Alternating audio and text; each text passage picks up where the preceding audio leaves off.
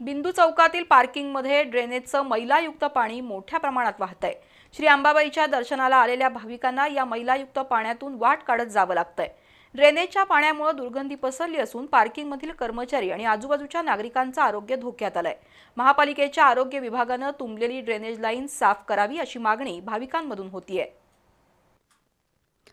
करवीर निवासिनी श्री अंबाबाईच्या दर्शनासाठी येणाऱ्या भाविकांचा ओघ दिवसेंदिवस वाढतोय। बाहेर गावाहून येणाऱ्या भाविकांच्या चारचाकी वाहनांचं पार्किंग करण्यासाठी बिंदू चौकात जेल शेजारी सोय करण्यात आली आहे। पार्किंगसाठी एका वाहनाला तासाला 50 रुपये कर आकारला जातोय, पण त्या मानानं भाविकांना सुविधा मात्र दिल्या जात नाहीत। त्या ठिकाणी सिमेंट कॉन्क्रीटचा चांगला रस्ता करण्यात आलाय, पण स्वच्छतागृहांची अवस्था दयनीय आहे। त्यात भर म्हणून पार्किंग जागेतून गेलेली ड्रेनेज लाईन तुंबल्यानं चेंबरमधून मैलायुक्त पाणी रात्रंदिवस पार्किंगच्या जागेत वाहतंय। महापालिकेचे कर्मचारी तात्पुरती डागडुजी करून जातात, पण वारंवार ड्रेनेज चोकअप होऊन मैला मिश्रित दुर्गंधीयुक्त सांडपाणी वाहत असल्यानं नागरिकांच्या आरोग्याला धोका निर्माण झालाय। अनेक भाविक आपल्या चपला वाहनात ठेवून अनवाणी चालत श्री अंबाबाई दर्शनासाठी जातात। या भाविकांना मैलायुक्त पाण्यातूनच मार्ग काढत आणि नाक मुठीत धरून जाण्याची वेळ येते।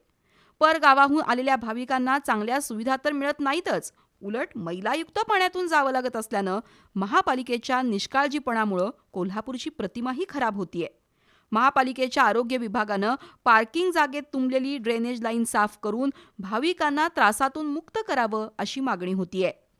मुंबईवरून स्पेशली अंबाबाईच्या दर्शनाला आलोय। दर्शन झालं, चांगलं, सर्व काही व्यवस्थित झालंय, लोक पण फार चांगले आहेत। पण येताना मला अतिशय वाईट वाटलं की जे काही भाविक इथे येत आहेत ते अतिशय घाणेरड्या पाण्यातून येत आहेत। ॲक्च्युली एवढं प्रतिष्ठेचं शहर आहे कोल्हापूर आणि एवढं प्रतिष्ठेचं मंदिर आहे अंबाबाई मंदिर, या लोकांना भाविकांना या असल्या घाणेरड्या ह्यातून जावं लागतं। माझी एकच रिक्वेस्ट आहे, एकच विनंती आहे महापालिकेला किंवा कोणी जनप्रतिनिधी असतील त्यांना की प्लीज कृपया करून हे ना याची काहीतरी व्यवस्था करा, जेणेकरून भाविकांची सोय होईल आणि बाहेरून येणाऱ्या लोकांना पण आपली जी इमेज आहे कोल्हापूरची ती थोडी व्यवस्थित राहील। त्याच्या प्रतिष्ठेस साजेसं असं काहीतरी काम करा अशी विनंती आहे।